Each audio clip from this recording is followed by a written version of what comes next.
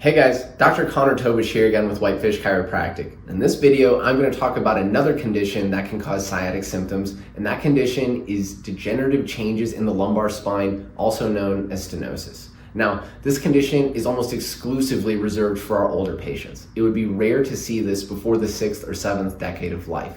And when these people start to feel their symptoms travel down into their legs, they've likely been dealing with chronic low back pain for quite some time. Then as their condition progresses, they'll start to transiently feel their symptoms travel down into their legs. So this can be pain, numbness, weakness. Their legs may feel heavy, and it could be one leg, but over 70% of these patients are going to have their symptoms in both of their legs.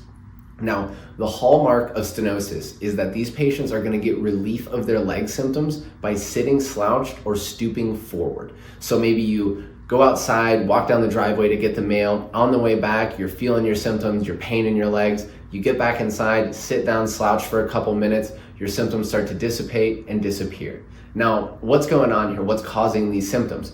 What's causing it is basically closure around the nerves exiting our spine. So as we go through life, we get banged around by the world a little bit. We take a lot of cumulative stress to the spine over time. So we start to lose the height of our discs, and as the joints in our spine bang into each other again and again over the years, they actually start to hypertrophy or get bigger. So the combination of losing the height in our discs and having the bones on our spine start to get bigger starts to close those holes. So here's a little visual.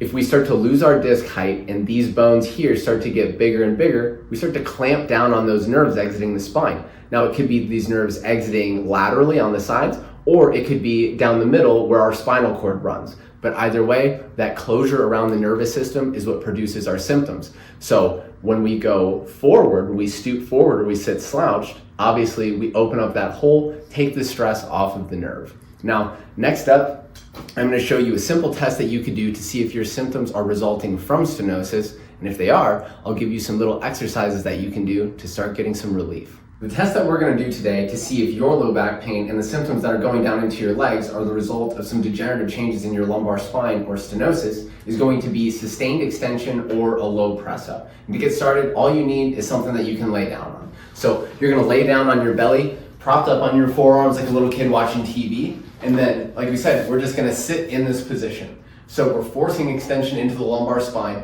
and you can hang out in this position for up to 2 minutes. We want to see, does this reproduce your symptoms? And if it does, there's a good chance that the symptoms that you're feeling are the result of lumbar spine stenosis.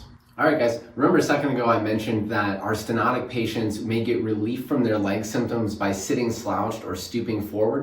In these next exercises, I'm going to show you a couple ways to intentionally force flexion into the lumbar spine to get some relief. So the first one, all you need is something that you can lay down on. So we'll have you lay down on your back.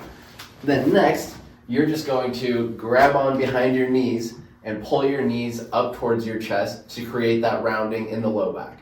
You can hold here for a second or two, then rinse and repeat. I'd shoot for 10 or 12 of those. Another option would just be sitting off the edge of something. So you're going to do basically the same thing from a different position. You're basically going to round your low back forward. You can grab onto your heels, or if there's a part of a chair behind you, you can grab onto that. Pull down a little bit to create that rounding. Hold for a second or two. Again, shoot for 10 to 12 reps. The next thing we're going to look at is going to be a way to decompress the lumbar spine for our stenotic patients. And it's a bit of an awkward position, but a lot of times it can give them a lot of relief very quickly. So all you need is something that you can lay down on and let your hips and knees sag. So I'm going to basically get a little bit on top of this table, get my pelvis on top of it, hold on. Then from here, my knees are just kind of hanging, so they're not on the ground. I've got that rounding that we like in the low back, and we're just going to feel some decompression in the lumbar spine.